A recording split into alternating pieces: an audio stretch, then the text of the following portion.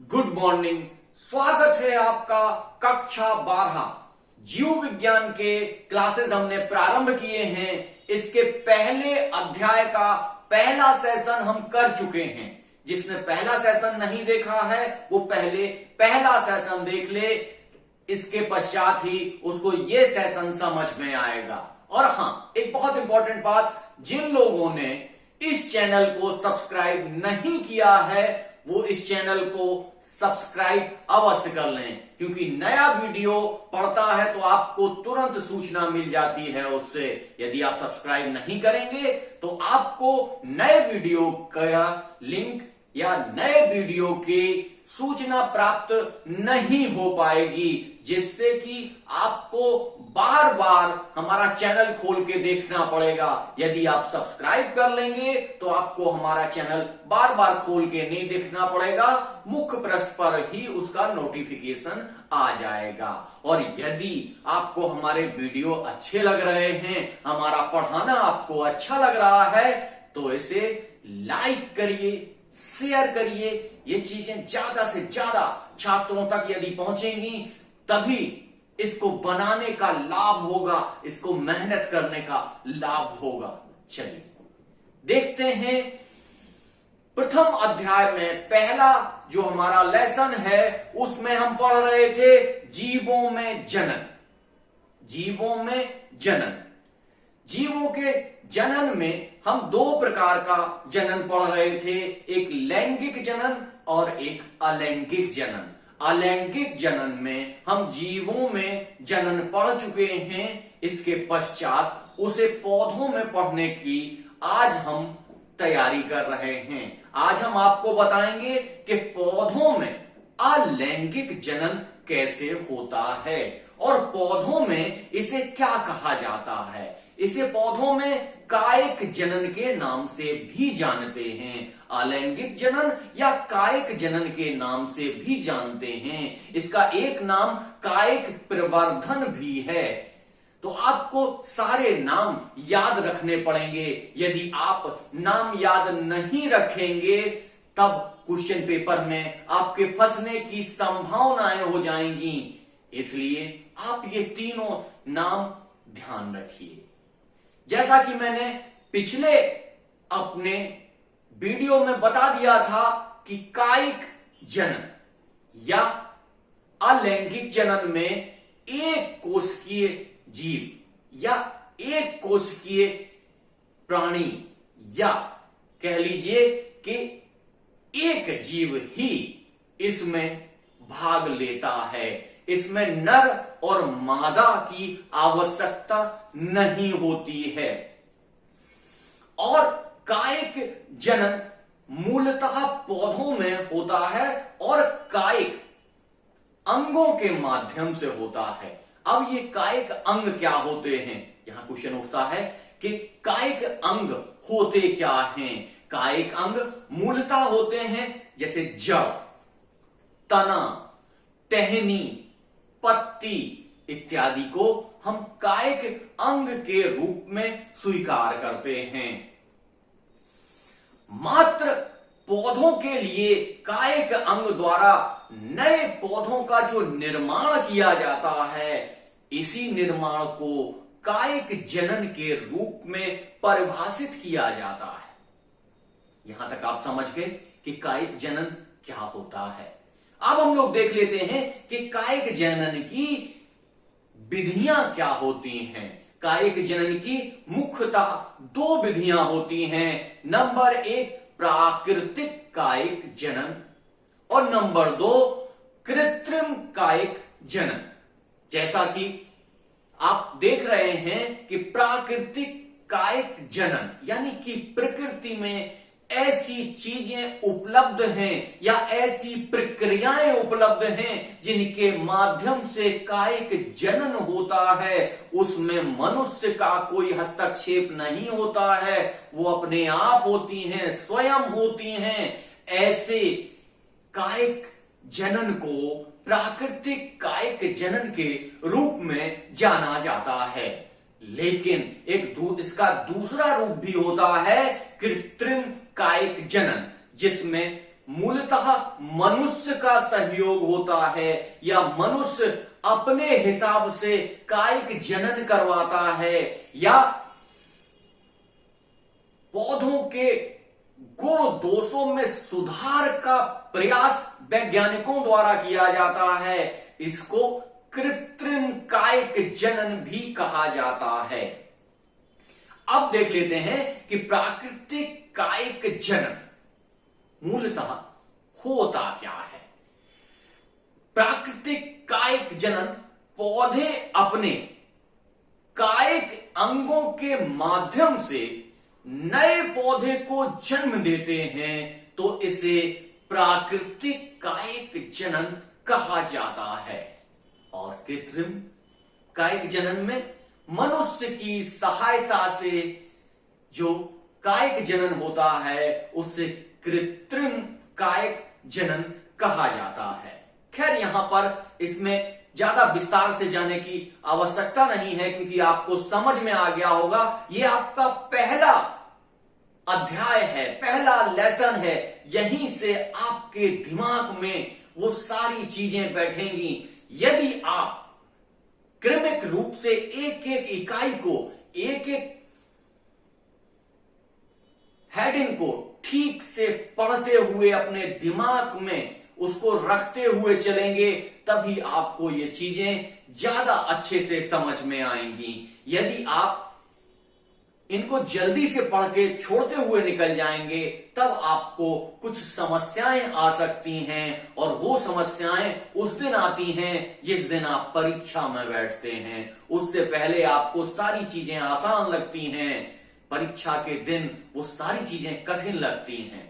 इसके लिए आपको अपनी पढ़ाई में एक क्रमबद्धता लानी होगी, एक सामूहिक प्रयास करना होगा। ये सारी चीजें मिलकर ही आपको एक अच्छे परिणाम की ओर ले जाएंगी।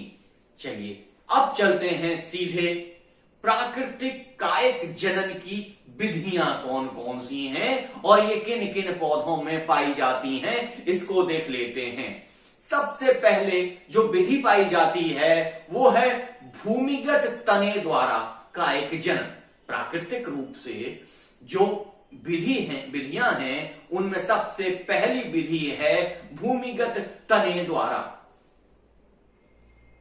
अब आप लोग यहां पे एक चीज समझ लीजिए, कई बार बहुत बीएससी और एमएससी के छात्र भी ये गलतियां कर देते हैं, जैसे तना क्या है और जड़ क्या है, ये उनको नहीं समझ में आता है। कुछ ऐसी चीजें होती हैं जो समान व्यवहार करती हैं लेकिन उनमें अंतर होता है। कुछ तना होते हैं, कुछ जड़ होते हैं। जैसे आलू, आलू तना है लेकिन इसे कई बार छात्र जड़ के रूप में ले लेते हैं। लेकिन शकरकंद एक जड़ है। क्योंकि कभी यह आ गया कि आलू तना है तो वो शकरकंद को भी तना बोल देते हैं। इसलिए तना, जड़, पत्ती, टहनी, इस सारी चीजों को समझते हुए चलेंगे और देखेंगे कि हमें इसमें कोई समस्या ना आए। अब हम देख लेते हैं कि आलू जो होता है क्या है, कंद है। इसको कंद के रूप में परिभाषित किया जाता है। और आलू में आप देखिए तो छोटे छोटे पॉइंट आपको दिखाई देंगे, या ग्रामीण भाषा में उसको आंख कह देते हैं कि ये आलू की आंख है। उस आलू की आंख के नीचे ही कलिकाएं रहती हैं और उन कलिकाओं में एक नए पौधे को जन्म देने का सामर्थ्य होता है। इन्हीं आंख से या इन्हीं कलिकाओं से नए पौधे को जीवन प्राप्त होता है। इसी को प्राकृतिक कायिक जनन कहते हैं। कायिक जनन और अलैंगिक जनन ये एक दूसरे के पर्यायवाची हैं, ये एक दूसरे के पूरक हैं। अब हम लोग देखते हैं कि कंद में ही एक दूसरी चीज आती है, वो है अदरक। अदरक भी एक तना है। क्या है? अदरक भी एक तना है। जैसे आलू में आंख होती है, ऐसे ही अदरक में गांठ होती है। गांठ के नीचे वो कलिकाएं पाई जाती हैं, जिन कलिकाओं से नए पौधे को जन्म प्राप्त होता है और यहीं से एक नवीन पौधे का जन्म होता है। इसी को कायिक जनन या अलैंगिक जनन के रूप में स्वीकार करते हैं। क्योंकि हम लोग देख रहे थे भूमिगत तने के द्वारा कायिक जनन, तो भूमिगत तने के द्वारा जो कायिक जनन हो रहा है उसमें हम देख लेते हैं घनकंद। एक शब्द और आता है कि घनकंद। घनकंद क्या है? घनकंद जिसको हम अरवी कहते हैं, घुइयां कहते हैं, या अपनी क्षेत्रीय भाषा में अलग अलग चीजें कह सकते हैं, उसको हम घनकंद के रूप में लेते हैं और उसमें भी गांठें पाई जाती हैं जो कि नवीन पौधे को जन्म दे सकते हैं। इसी घनकंद में जिमीकंद भी आता है। अब देख लेते हैं कि भूमिगत तने के अंदर कुछ सल्क भी पाए जाते हैं, सल्क कंद भी पाए जाते हैं। ये सल्क कंद आपको कहां देखने को मिलते हैं? प्याज और लहसुन में। प्याज को अगर थोड़े दिन रखे रहने दीजिए तो उसमें से कुछ नवीन शाखाएं फूट जाती हैं। उन नवीन शाखाओं में से नए पौधे का जन्म होता है। यही वो प्राकृतिक विधियां हैं जो भूमिगत तने के द्वारा कायिक जनन के माध्यम से अपनी पीढ़ी को आगे बढ़ाते हैं। इनका विस्तार होता रहता है और ये विस्तार लगातार चलता रहता है। इसमें दूसरा आता है कायिक जनन की प्राकृतिक विधियों में दूसरा जो रूप आता है वो कहलाता है अर्धवायवीय तने के द्वारा कायिक जनन। क्या है? अर्धवायवीय तने के द्वारा कायिक जनन, यानी कि ऐसा तना जो जमीन पर भी हो, जमीन के अंदर भी हो, जमीन के ऊपर भी हो, यानी कि हमें दिखाई भी दे रहा हो और जमीन के अंदर भी हो। सोचिए आप कौन से ये तने हो सकते हैं या किन जगहों पर ये मिल सकते हैं? आधा जमीन के अंदर और आधा जमीन के ऊपर। खैर ज्यादा दिमाग पर जोर मत डालिए, मैं आपको बता देता हूं कि ये जो घास होती है, घास उन तनों की उदाहरण है जो आधी जमीन के अंदर होती हैं और आधी जमीन के बाहर होती हैं। यही फिर अंदर घुस के जमीन के अंदर एक नए पौधे को जन्म देती हैं और फिर वो बाहर निकलता है और फिर वो जमीन के अंदर जाता है। ये क्रमिक प्रक्रिया है जिसमें आप देखते हैं किसी मैदान में जो घास लगी होती है वो घास इसी तरीके से लगी होती है जिसमें वो आधी बाहर होती है और आधी अंदर होती है। जब उसकी कटिंग कर दी जाती है तो एक कालीन के तरीके से आपको वो प्रतीत होती है, दिखाई देती है। ये हुआ दूसरा उदाहरण अर्धवायवीय तने के माध्यम से। ठीक है, अब चूंकि हम लोगों ने देखा, अब हम देख लें ये कौन कौन सी घासें इसमें आती हैं और इसके कितने रूप होते हैं। इसके मूलतः 3 रूप होते हैं। 3 रूप कौन से हैं? एक तो है ऊपरी भू विस्तारित, यानी कि ऊपरी भू विस्तारी जो घास है वो क्या कौन सी घास है? वो दूब घास। उसका उदाहरण है दूब घास। दूब घास आप लोगों ने देखी होगी, पूजा में इसका बहुत महत्व है। भारतीय संस्कृति में इसको बहुत महत्व दिया जाता है, विशेष तौर से पूजा सामग्री में इसको प्रयोग किया जाता है। इसको रनर घास भी बोलते हैं। क्या बोलते हैं? रनर घास। क्यों? क्योंकि ये दौड़ती हुई चलती है। कैसे चलती है? दौड़ती हुई, यानी कि एक पौधा यहां पे है और ये बाहर निकला और ये थोड़ी दूर पे जाके अंदर हो गया, इसके बाद वहां से पौधा निकला, थोड़ी दूर के बाद अंदर। इसमें देखने में ये लगता है जैसे कोई व्यक्ति दौड़ता चला जा रहा है, तो इसको रनर घास भी बोला जाता है। याद रखिएगा, कई बार पूछा जाता है रनर घास का उदाहरण बताइए। तो रनर घास क्या है? दूब घास। ये ऊपरी भूस्तरीय कोटि में आती है। अगली आती है भूस्तरीय, यानी कि वो घास जो भूस्तरीय है। वो कौन सी घास होगी? वो है स्ट्रॉबेरी। स्ट्रॉबेरी ऐसी घास है जो भूस्तरीय कोटि में आती है। तीसरा नंबर आता है इसका भूस्तरीय का, यानी कि जलकुंभी। ऐसी घास जो जमीन पे तो नहीं दिखाई देती है, लेकिन वो जल में दिखाई देती है। जल में उसी तरीके का व्यवहार करती है जैसे कि पृथ्वी पर करती है, या जमीन पर करती है, या मृदा पर करती है। उसी तरीके से ये जल में व्यवहार करती है। इसको कहते हैं भूस्तरीका, यानी कि जलकुंभी। आपको केवल यहां आपको ज्यादा समझने की आवश्यकता नहीं है। ये घासें जो है वो आपको याद करनी पड़ेंगी। तो आप देख लीजिए, पहली कौन सी है?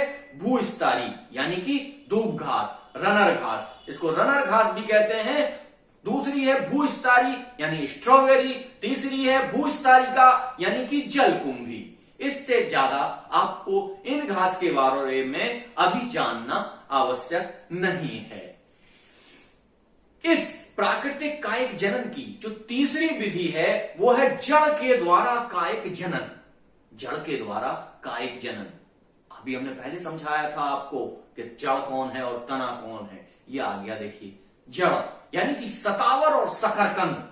सतावर और सकरकंद ये ऐसी जड़ें हैं जो जमीन के अंदर रहती हैं और इनमें के अंदर गांठों में वो क्षमताएं होती हैं, वो कलिकाएं होती हैं, जिन कलिकाओं के माध्यम से एक नवीन पौधे को जन्म मिलता है। तो इनको क्या कहते हैं? जड़ के द्वारा कायिक जनन इन दो चीजों में होता है, सतावर और सकरकंद में ये सारी चीजें पाई जाती हैं। अब आप देखिए कि इसमें एक चीज और है, अभी आपको याद नहीं होगा कि पत्ती के द्वारा भी कायिक जनन होता है। पत्ती के द्वारा भी कायिक जनन होता है। मूलतः एक ऐसा पौधा है जिसे हम अजूबे के नाम से जानते हैं। अजूबा, भारतीय उसमें इसको अजूबा नाम दिया जाता है और इसमें पत्ती के द्वारा कायिक जनन होता है। यानी कि इसकी पत्तियों में वो कलिकाएं पाई जाती हैं कि यदि उन पत्तियों को आप जमीन में गाड़ दें तो उनमें नए पौधे को जन्म देने की क्षमताएं पाई जाती हैं और इन क्षमताओं के माध्यम से एक नवीन पौधे का जन्म होता है।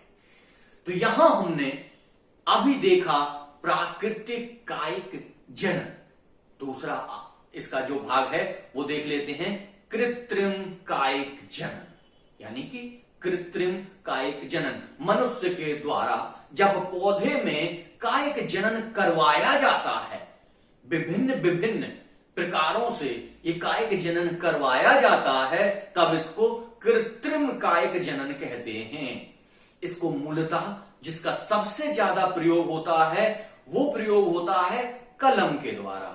कलम के द्वारा मैंने कल भी आपको बताया था कि जैसे गुलाब है, गुलाब की टहनी को आप काट दीजिए, नीचे से कलम के तरीके से बना दीजिए और उसके बाद उसको जमीन में लगा दीजिए। वो पूरी की पूरी टहनी या तना एक नए पौधे का रूप में जन्म ले लेता है, नवीन पौधा बन जाता है।